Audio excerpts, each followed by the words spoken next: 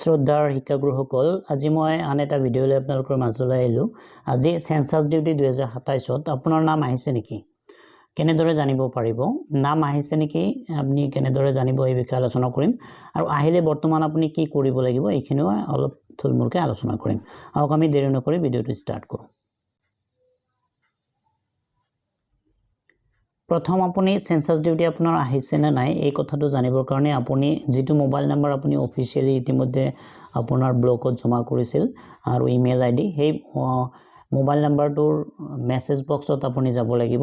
তো আপুনি মেসেজ আপোনাৰ নিজৰ মোবাইলৰ মেসেজ বক্সত যাব। মেসেজ বক্সত যোৱাৰ পিছত আপোনালোকে একেবাৰে ওপৰত চাব, ওপৰত আপোনালোকে সাৰ্চ বটন এটা পাব হফালে। এই সাৰ্চ বটনত আপোনালোকে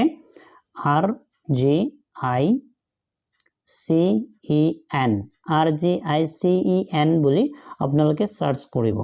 তলত আপোনালোকে চাইছে সাৰ্চ বটনত ক্লিক কৰিব।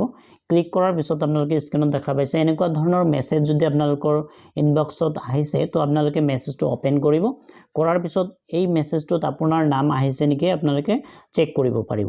আৰু যদি আপোনালোকৰ মেসেজটো এনেকুৱা ধৰণৰ মেসেজ বক্সত এনেকুৱা ধৰণৰ মেসেজ নাই তো আপুনি আন এটা কাম কৰিব পাৰে। তো আপুনি নিজৰ ইমেইল যেটো আপুনি অফিচিয়ালি ইতিমধ্যে আপোনাৰ ব্লকত জমা কৰিছিলে তো তাতে আপুনি নিজৰ ইমেইলত আপুনি সাৰ্চ কৰিব পাৰে। ইমেইলত সাৰ্চ কৰিলে কেনেকৈ কৰিব মই আপোনাক একবাৰ দেখুৱাই আছো। জিমেইলত যদি আপুনি আপোনাৰ সেন্সাস ডিউটি আহিছে নেকি আপুনি চেক কৰিব বিচাৰে তেতিয়াহলে প্ৰথমে আপুনি নিজৰ মোবাইলত থকা জিমেইল এপছটোত গুচি যাব। ইয়াতে গলে আপোনালোকে এতিয়া আপোনালোকৰ মেসেজ দেখা পাব। ইয়াতে আপোনালোকে একেবাৰে ওপৰত চাব সাৰ্চ ইন মেইল। এতে সাৰ্চ ইন মেইলত আপোনালোকে সেন্সাস CENSUS বুলি আপোনালোকে সাৰ্চ কৰিব।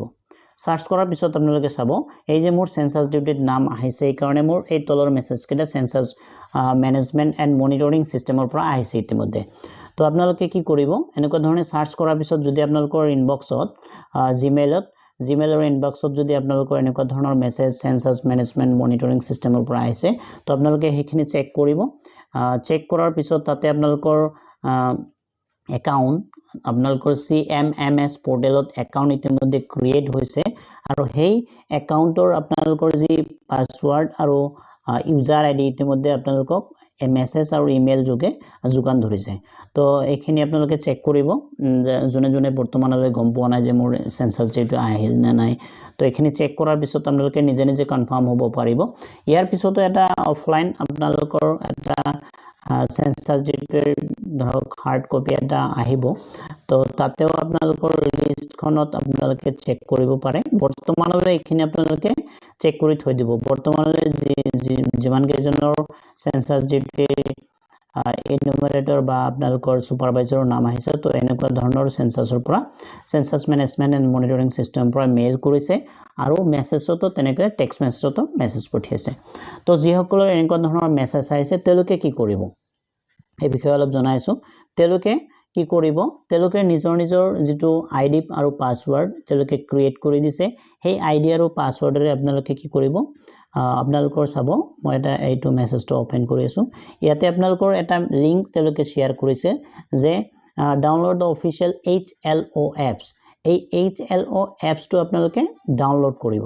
ইয়াৰে দুটা অপচন আছে আপোনালোকে চাব। যিসকলৰ এন্ড্ৰইড মোবাইলৰ কাৰণে বেলেগ এটা লিংক আছে আৰু যিসকলৰ iOS তাৰ মানে আমাৰ যিসকলৰ আইফোন চলায় তেওঁলোকৰ iOS সিস্টেম আছে আৰু যিসকলৰ এন্ড্ৰইড সিস্টেম আছে তেওঁলোকৰ এন্ড্ৰইডত তলৰ যেটো অপচন দেখা পাইছে এন্ড্ৰইড ফৰ এইটোত আপোনালোকে ক্লিক কৰিব। এইটোত ক্লিক কৰাৰ লগে লগে আপোনালোকৰ ডাইৰেক্ট প্লে ষ্টৰলৈ লৈ যাব। প্লে ষ্টৰত যোৱাৰ পিছত এই যে আপোনালোকে সেন্সাসৰ যেটো অফিচিয়েল হাউস লিষ্টৰ ট্ৰেইনিংৰ যেটো এপছ হয় সেই এপছটো আপোনালোকে দেখা পাব। এই এপছটো আপোনালোকে ইনষ্টল কৰি ল'ব। মই যেটো ইতিমধ্যে ইনষ্টল কৰিছো তো মোৰ এতে ওপেন বুলি আহিছে। তো ইনষ্টল কৰাৰ পিছত আপোনালোকে ওপেন কৰিব। ওপেন কৰাৰ পিছত আপোনালোকে কি কৰিব সেই যেটো আপোনালোকৰ যেটো আইডি ক্ৰিয়েট কৰি দিয়া হৈছে ইতিমধ্যে সেন্সাস ম্যানেজমেন্ট সিস্টেমৰ পৰা সেই আইডিৰে আপোনালোকে কি কৰিব লগইন কৰিব। আইডি মাৰাৰ পিছত আপোনালোকৰ ক্যাপচা মাৰিব হ'ব। ক্যাপচা মাৰাৰ পিছত আপোনালোকৰ যেটো ৰেজিষ্টাৰ মোবাইল নাম্বাৰ আছে সেই মোবাইল নাম্বাৰত আপোনালোকৰ OTP এটা যাব। এই OTP আপোনালোকে বহুৱাই দিয়াৰ পিছত আপোনালোকৰ যেটো নতুন আপোনালোকৰ যেটো মেছেজত যেটো আপোনালোকৰ পাসওয়াৰ্ড আহিছিল সেই পাসওয়াৰ্ডটো এন্ট্ৰি কৰিব দিব সেই পাসওয়াৰ্ডটো এন্ট্ৰি কৰাৰ পিছত আপোনালোকে কি কৰিব এন্ট্ৰি কৰাৰ পিছত আন এটা অপচন আহিব যেটো আপোনালোকে পাসওয়াৰ্ড ৰিসেট কৰিব দিব প্ৰথমে আপুনি ওল্ড পাসওয়াৰ্ডটো যেটো আপোনালোকে ইতিমধ্যে সেন্সাস এন্ড মনিটৰিং সিস্টেমৰ পৰা সেন্ড কৰিছে এটো মাৰিব তাৰ পিছত আপোনালোকে নিজে ম্যানুয়ালি এটা পাসওয়াৰ্ড নিজে ষ্ট্ৰং এটা পাসওয়াৰ্ড ক্ৰিয়েট কৰি লব যেটোতে এটা আপাৰ কেস দিব এটা লোয়াৰ কেস এটা ক্যাপিটাল লেটাৰ এটা small letter upper case and lower case এটা স্পেশাল ক্যাৰেক্টাৰ আৰু যিকোনো ডিজিট নাম্বাৰ নিউমেৰিক আপোনালোকে দি এটা ষ্ট্ৰং পাসওয়াৰ্ড ক্ৰিয়েট কৰিব ক্ৰিয়েট কৰাৰ পিছত আপোনালোকৰ যেটো এপছ থাকিব এপছৰ কাৰণে এটা এমপিন বনাব দিব হেও তো ধন্যবাদ থাকিল ছাৰ সকললৈ আজিলৈ এৰিছো